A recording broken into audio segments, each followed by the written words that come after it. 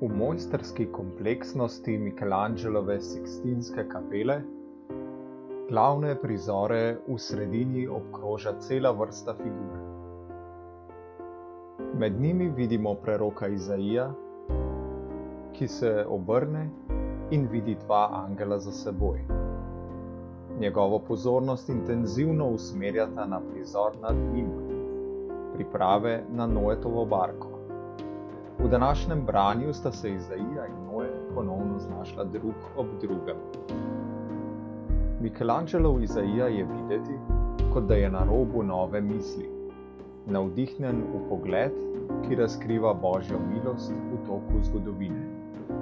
Kot prerok je bil poklican, da v te trenutke navdiha s seboj povabi Božje ljudstvo.